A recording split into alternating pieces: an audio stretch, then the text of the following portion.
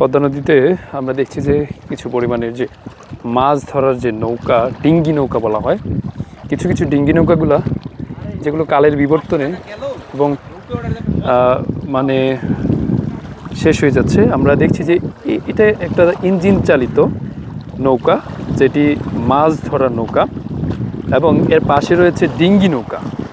হ্যাঁ, আমরা দেখছি যে নৌকাগুলো নদীতে ভাসছে এবং নদীতে এখানে আমরা দেখাচ্ছি যে পদ্মা নদী এবং পদ্মা, আমরা দেখছি যে পদ্মা পুরো ব্রিজটি দেখা যাচ্ছে, এবং যেহেতু ব্রিজের নিচেই আমরা রয়েছি এবং দেখছি যে প্রায় অর্ধ শতাধিক নৌকা এই নদীর মাঝখানে বা নদীর যে